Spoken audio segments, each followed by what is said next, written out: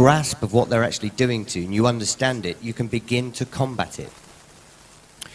So who am I? You can see the brain implants either side of the lower part of my brain here. And that is also a truss below my brain in my neck. I'll move over here just to show you, make sure you see it too. To są zdjęcia the z probe kaniego. inserted into my brain. And there was one on the other side, but that's been broken because I've had several massive blows to my head in my time, and it's broken the probe, which has worked its way into my brain. Again, you can see the truss.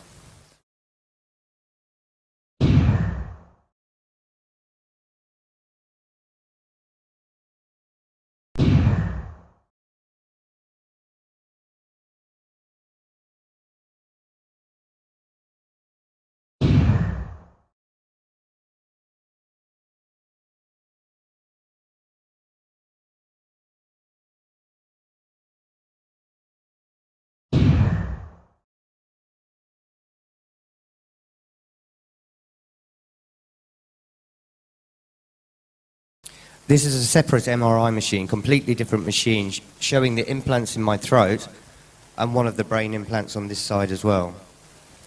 But matters don't end with my head.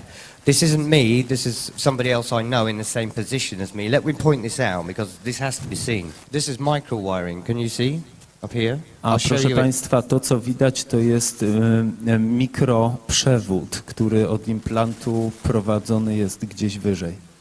And like me, this man is wired up from his head to his feet. Right, as I said, matters don't necessarily stop with the head, and it didn't for this target. Let me show you what the micro-wiring on the scan looks like in the flesh, literally. As you can see, a surgeon exposing the wiring underneath the skin. Proszę Państwa, to jest chirurg ukazujący, wyciągający taki przewód z ciała.